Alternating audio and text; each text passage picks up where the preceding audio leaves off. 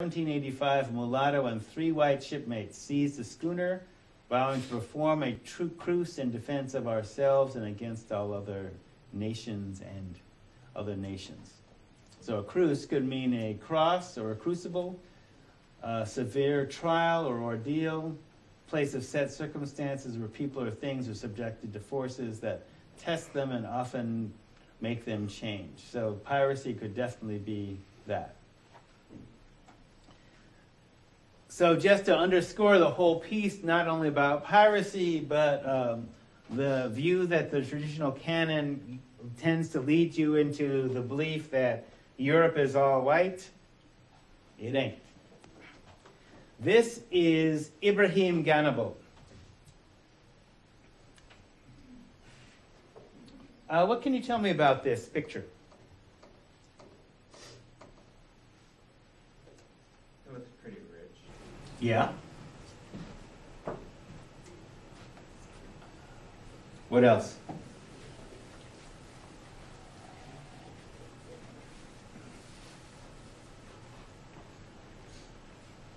Well, I already actually gave it away. So he's European, but where? And pretty rich. What does that mean in this time period for what he's dressed for in Europe?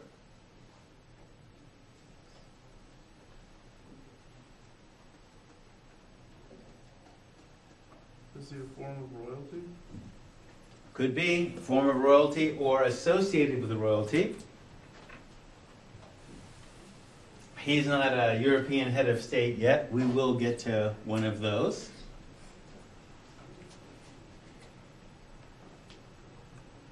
So, Afro-Europeans, using the same idea that we have for Afro-Americans, etc. The idea is to help you start understanding the place of a people on the world stage as kings, queens, and advisors to kings and queens. So, Ibrahim Ganabal is Alexander Pushkin's grandfather. You might not know who Pushkin is, but I will let you know shortly. He is Peter the Great's page. And that's him behind Peter the Great. Peter the Great is the Tsar of Russia.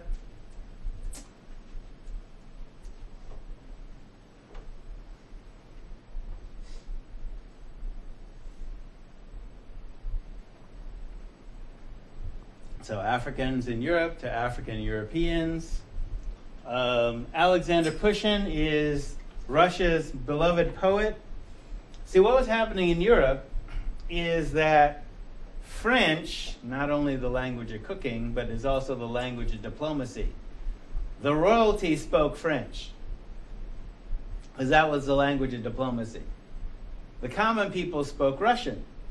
Pushkin, who is the grandson of the Tsar's Ethiopian page, so Ibrahim Ganabal, the Tsar sent Ganabal to French military school. Well, you don't do that with a slave.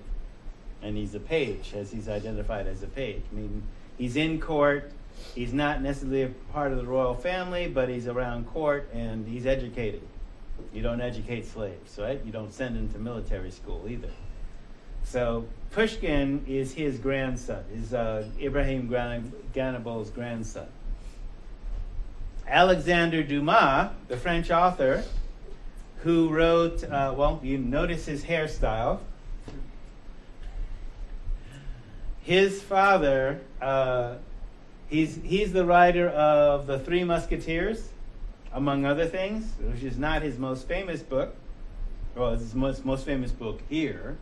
Not his necessarily most popular work, in The Count of Monte Cristo, which were probably written about his father, who his father died when he was 4. His father, there's a book that I put in your book list that just came out this year called The Black Count. And it's about Dumas' father. General Thomas Dumas, his father, and a 4-star general in Napoleon's army. Now, Thomas Dumas basically actually held off won a sword fight where it was basically him against 10 guys. And one of his exploits was he basically held a bridge by himself because he got ahead of his reinforcements. And the other guys with him ran. So he just stood there and even got wounded during the, by gunshot in one shoulder and defended himself against, he's holding a bridge by himself at sword point. And the guys are coming on, he's dispatching them, and he held them off for 45 minutes while wounded. True story. So his son, hearing these exploits, basically, wrote the Three Musketeers about him. The Count of Monte Cristo was written about him too, because Napoleon got jealous of him. And he wasn't going to attack this particular town that, because look, there's no military advantage to doing this. This is just being petty oppressive. So he actually imprisoned him and threw him in jail, and that's where he became the man in the iron mask, etc., etc. And the Count of Monte Cristo, that was Dumas' father.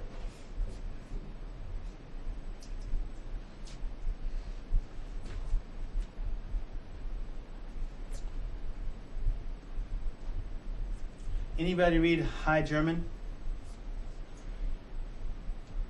No? All right. Anselm Fürstenberg, Reichlich von Meldig, Fürstag von Kempten, the year is 1728.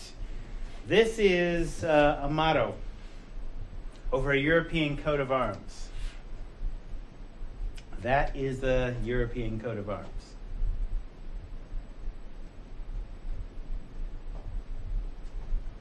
Language is German.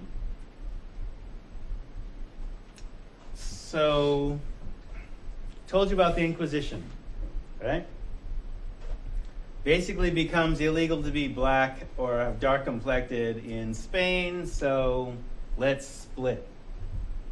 Right? So it's not Jews. So Sephardic Jews, that means Jews from Spain. During the Inquisition, they leave and they go to Turkey, which is why you have Spanish-speaking Jews in Ankara today. From those periods, the Moors went all over the place, in fact, all up into Europe, and also the black Catholics left Spain as well because they had money, and they went into Spain's northern colonies, also known as the Holy Roman Empire, which is Holland, Luxembourg, Germany, Austria, the Netherlands. Hence, people like de Graaf, Dutch citizens, that's where they came from, in that particular migration. So you see in the coat of arms here, the head of the family, it's male dominant, right? Head of the family is wearing a jalaba, which is not German folk dress, it's African. You can see his suntan. You can see his hairstyle. And in his right hand, he's got the sword. And in his left hand, he's got the scepter of authority. On his right is his side of the family, which is the crown and mitre of Catholicism. And his left is Mom's family. Mom's a Viking. And this is Mom. So next to the Viking horns is a sword. Next to the crown and mitre is a sword. And he's holding a sword. And he's standing on the helmet from a suit of armor. As is the horns resting on a suit of armor. And the crown and mitre are standing on a suit of armor. So if you didn't know ancient High German, here's what this is symbolizing. Oh, before we get to Beethoven. Anselm Fürsten Reichenberg von Melden. Anselm means God's helmet. Reichlin means our kingdom. Meldeg means the honeyed dark ones. Defending our kingdom, the kingdom of the honeyed dark ones. So if you're an African and you mix with a white woman, what color will your kids come out? Most likely. The color of what? Honey. Right? That's an old Ethiopian phrase, honeyed countenance.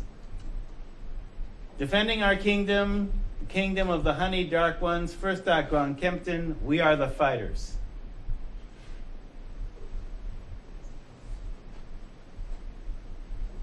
Yep, looks like it. All right, so this is a family crest of European royalty.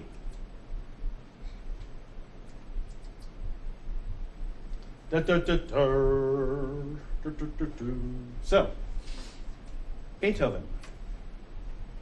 Now, when I've shown this picture to people, there are some people that say, oh, you just made a bad copy, that's why his skin looks dark. Well, Latrone drew this in charcoal.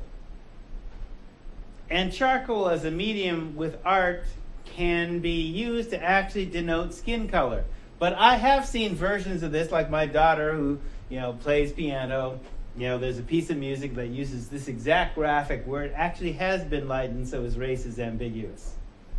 But Rogers, if you see the top of the picture in Sex and Race, I think this picture is taken from volume 3. Rogers was an African-American historian who was not connected with a university, but he married a white Scandinavian woman. I think she was Norwegian. Helga was Norwegian. And he'd married her at a time when a lot of people in America and Europe were concerned with this whole notion of racial purity. I actually have an original of his books that my grandfather gave me from 1945, and the hardback book cost $5. Now, the references that he used to talk about Beethoven are all written in the late 1800s and early 1900s, and they're out of print. And he says, basically, none of the people that, when they wrote a biography of Beethoven, so he's quoting people like Beethoven's students, people who knew him in life. This woman was a married woman who was in love with him. Not one of them described him as white. Not one. In fact, they describe him as mulatto.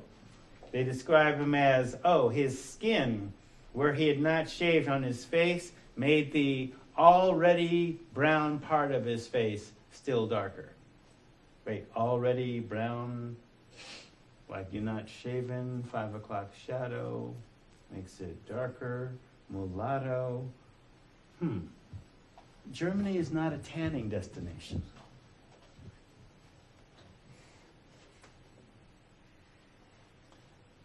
So people, Harris, you're making that up. Okay, well, I could be. But I'm just showing you not only, I'm just using Germany as an example. There are others in other countries, but this one in particular. Gotcha. What can you tell me about this picture?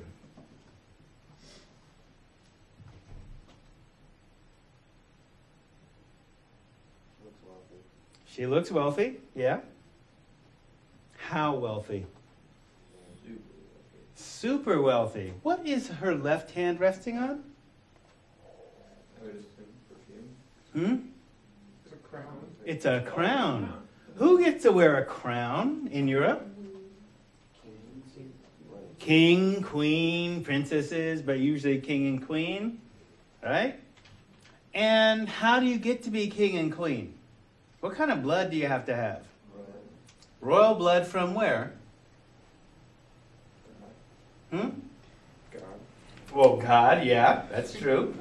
Royal blood from where? Royal blood from anywhere? Do we recognize African kings in Europe? If our Bible, which originally was from Africa, has gotten excised? Do we recognize African royalty?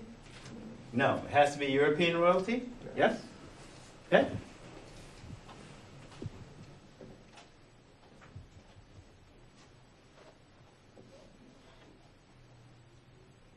Oh, so tell me, this is a hint. If I'm showing her, that by implication makes her black, right?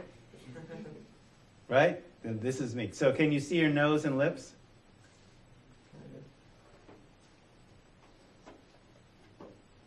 Well, I'm in D.C. and so this is Charlotte Sophia Mecklenburg-Strelitz. She never came to America, but there are several places in Canada and America that are named after her because a lot of people liked her, including her husband. This is the woman who Charlotte, North Carolina, in Mecklenburg County, is named after. She is George III's queen. The same George III we fought the Revolutionary War against. Yes, I just told you. A black woman is sitting on the throne of England, and her descendants sit on the throne of England today. So, she was a German princess of African descent. She traces her lineage from the royal house of Portugal. She married George III of the House of Hanover, thus becoming Queen of England. Queen Victoria was her granddaughter. Queen Elizabeth II is a distant relative. Now, by Jeffersonian rules, we do not consider Queen Elizabeth II black. She's beyond the one-drop rule. Okay, but Charlotte was technically a mulatto. Copy that.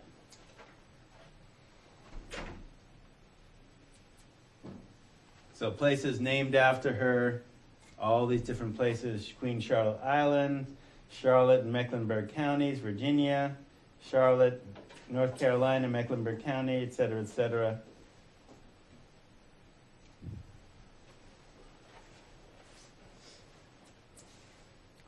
This is George. This is a portrait. See, she and George had 15 kids.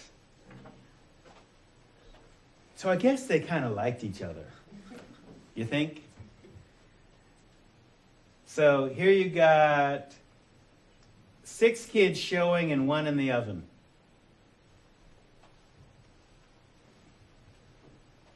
In this portrait.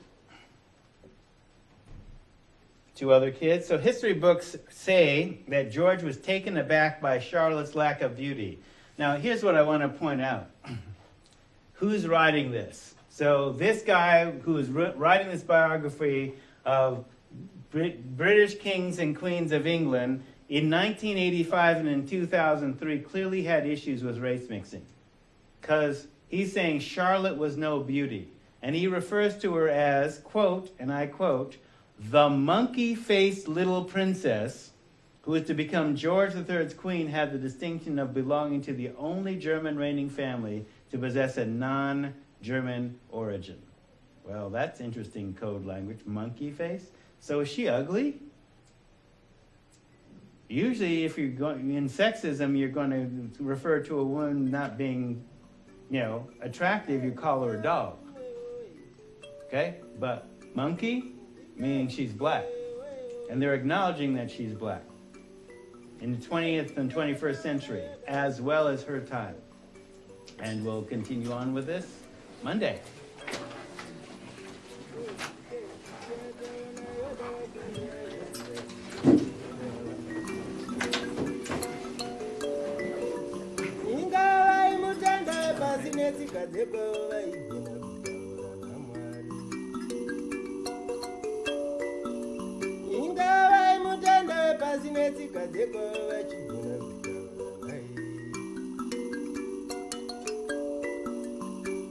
Nazitoziva umwari asika ndipo pawanda